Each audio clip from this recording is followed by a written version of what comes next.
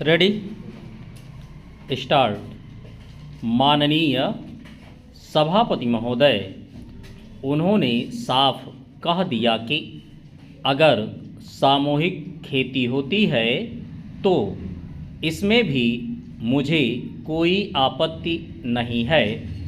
मैं यह कहना चाहता हूं कि इस बिल को देखने से यह साफ स्पष्ट होता है कि उस सहकारी समिति के जितने सदस्य होंगे वह अपनी अपनी ज़मीन को एक साथ कर लेंगे और अगर समिति से निकालना चाहेंगे तो एक साथ अधिक ज़मीन उसको नहीं मिल सकती है।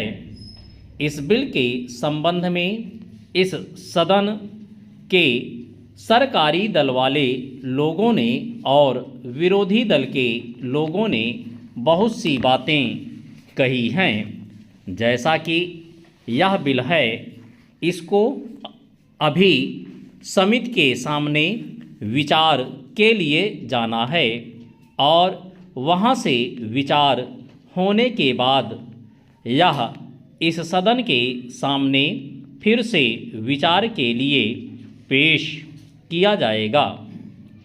तब माननीय सदस्यों को पूरी तरह से यह अधिकार होगा कि जहां तक इसमें दी गई बातों का संबंध है उसमें परिवर्तन ला सकते हैं या उसको हटा सकते हैं। कल से जो बातें हो रही हैं वह सब नोट की गई हैं और मैंने बहुत सी बातों को सुना है। इस समिति ने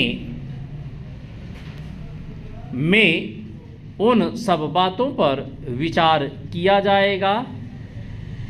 बहुत से माननीय सदस्यों ने इस तरह की बातें कही हैं, वह बहुत आवश्यक मालूम हुई हैं और जैसा कि मैंने कहा है उन पर विचार किया जाएगा।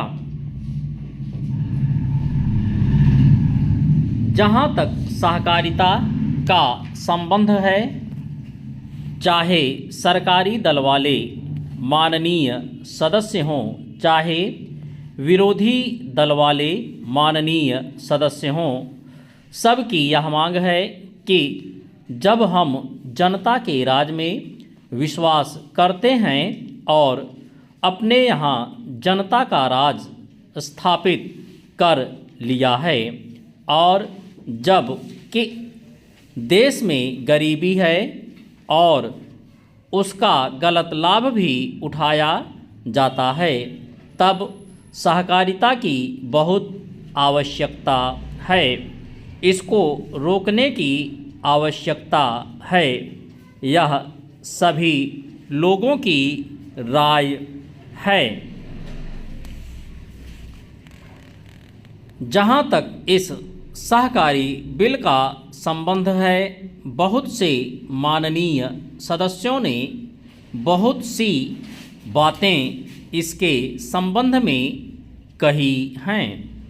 मैं सब बातों का विवरण में तो उत्तर नहीं दे सकता हूँ, लेकिन मैं थोड़े में विशेष बातों का उत्तर देने का प्रयत्न करूँगा।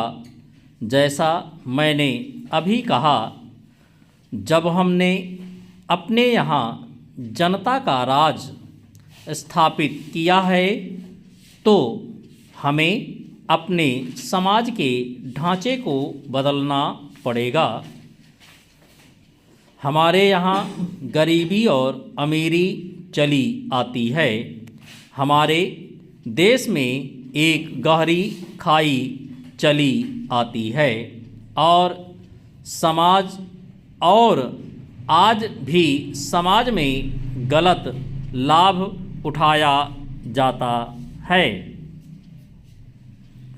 माननीय सभापति महोदय, उन्होंने साफ कह दिया कि अगर सामूहिक खेती होती है तो इसमें भी मुझे कोई आपत्ति नहीं है।